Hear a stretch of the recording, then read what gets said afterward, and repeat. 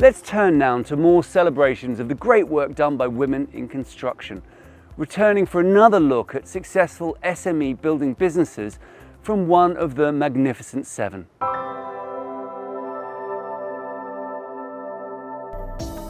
Hi, I'm Georgina Hammond and I am co-founder of Bow Property.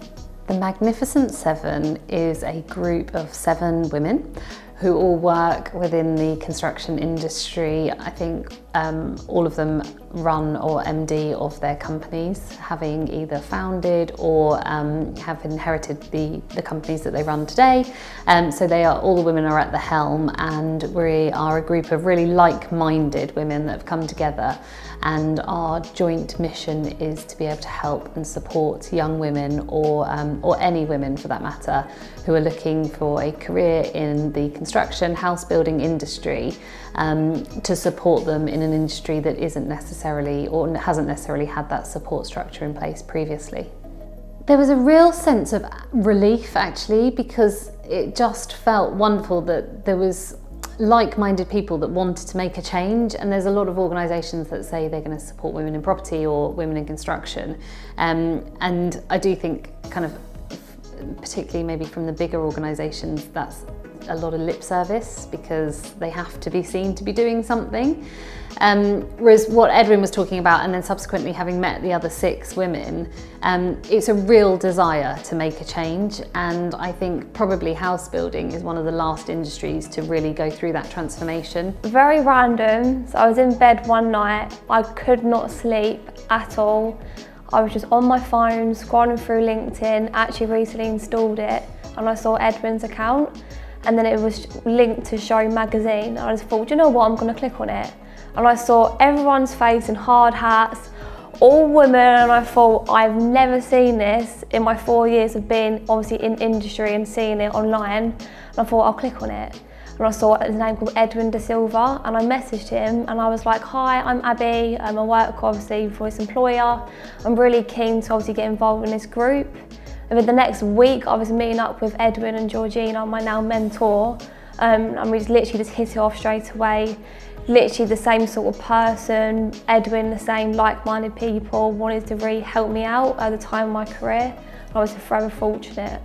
She's a young 21-year-old woman who's just got her degree in construction and engineering, which is incredible, from Greenwich University. We hadn't fully launched the scheme at that point, but Edwin had a look at locations and saw that Abby was located in the southeast, relatively close to where I am, and that was it. We just had a meeting and hit it off instantly. There's ways that I would like to support her, whether that's just kind of helping with putting together CVs or how to promote yourself from a personal brand perspective on LinkedIn for new jobs and opportunities. But then once Abby's confirmed what her next job is going to be and the organisations she's working in, I really want to kind of help her navigate her career and things that she can do to really kind of grow within the next role that she chooses, and to be able to set goals for what her career is going to look like. Help is not the word. She's become like my mum, my sister, my best friend, sort of like boss woman. Like, I honestly aspire to be like Georgina. I mean, when we first met at this photo shoot with Edwin, just this instant connection, and I've never ever had it before with anyone in my life, and it's like it was fate that we actually got brought together through the scheme. Even just sitting there, just talking to me about her daily life with her kids, obviously with Chris, her husband, and just getting to know her life and to actually embody that, to be, do you know what, I can do what she's done. Like, she's been in my shoes once, I'm literally following her now, being her little shadow and just being a part of her life, and it's just so raw and it actually means a lot to me. I've never seen someone so absorbed into work, and obviously she got her property with Chris, and I've never known to see a business start from where she started it now to where it's at, because I've always seen the opposite end of obviously new builds and seeing it go PLC, and seeing it from an SME point of view is quite nice for me just to be a part of it.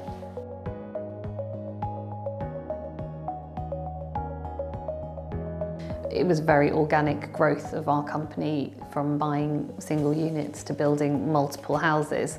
So just guidance on how you buy your first house, how you navigate mortgages, how much you can borrow when you've got a salary coming in, general information about the industry and my story and how I started and how we scaled the company, I think has proven really valuable and interesting to Abby, who's someone who's incredibly enthusiastic about building a life.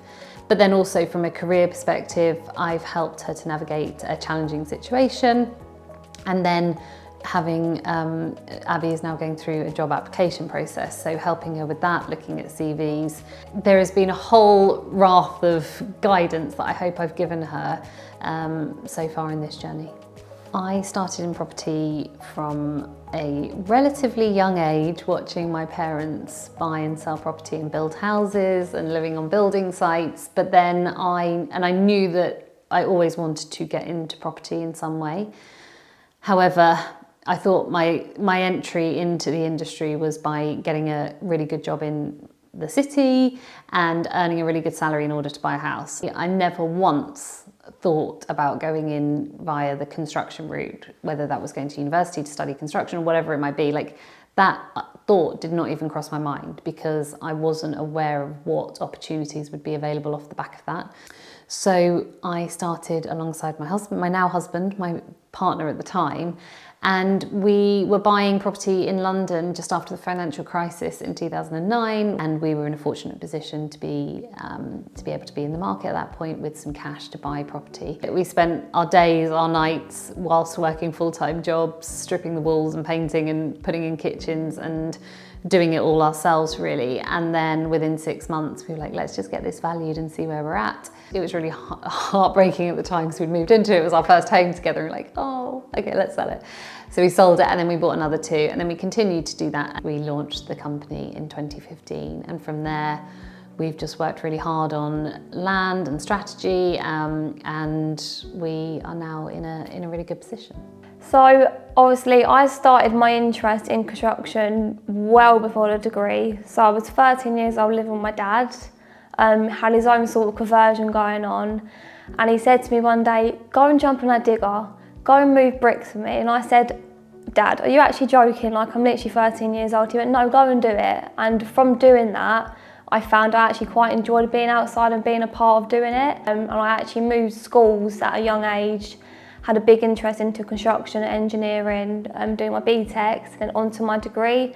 My mum was absolutely petrified. She went, who do you think you are? Like, you're literally 13 years old, you can't sort of tell me what you're gonna be doing, like you haven't got a clue. And I said, Mum, I feel it in my heart that I need to do it. So we found it through a post in the letter saying, come and join UTC, like they do construction engineering.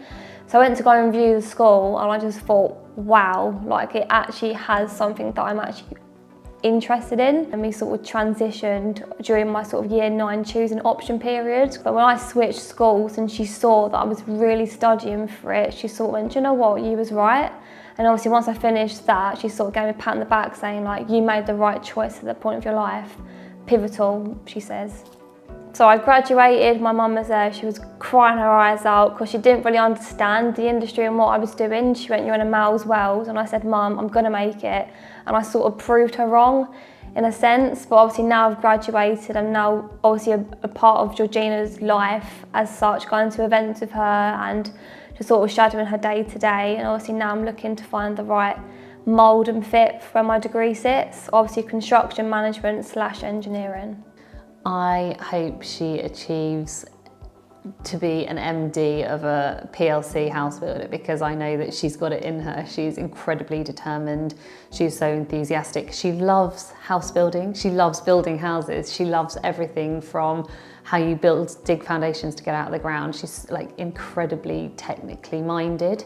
And I just think that is so amazing and encouraging from the next generation that people have the enthusiasm and they want to get into this industry because they actually feel passionately about it and love it as opposed to any other reason. So I think from Abby's perspective, the sky is the limit and she can achieve anything she wants to achieve. I used to get freezing cold. I mean, like even in the winter time, and it was snowing. Like, I remember sitting in the office in my hot chocolate, just shivering, thinking, can I go home? Like, this is actually, why am I putting my body through this? And obviously now seeing the other end of it, like I keep saying, you do see the light. And if I would have had that support years ago with the likes of Georgina, I would know there's other roles. I think I was very predominant wanting to stay on site to do site management, but now I know I could possibly go into like property investment, development, and go into more senior role, which never been really explained to me. Women need this support in an industry that is male dominated. So that's what it is, whether it's the subcontractors on site to the managing directors of PLC house builders. This industry from bottom up is male dominated, and it has been, and that is a historical reason. That is changing, and I think if we had this conversation in 10 years' time, that would look very different. But while we go through that transition period, there needs to be role models and support for women that are taking the move to enter this industry to help them thrive in order to be a success. It's brilliant to see and celebrate the work that women in construction are doing every day. Great projects, great designs, great achievements. We need to keep our focus on these great women throughout the year, and we'll be returning in future episodes to discover what they're up to. But for now, that's all we have time for in this episode. Thanks for joining us today, and we'll see you next time for more insights and inspiration that's helping us all on the way to building better.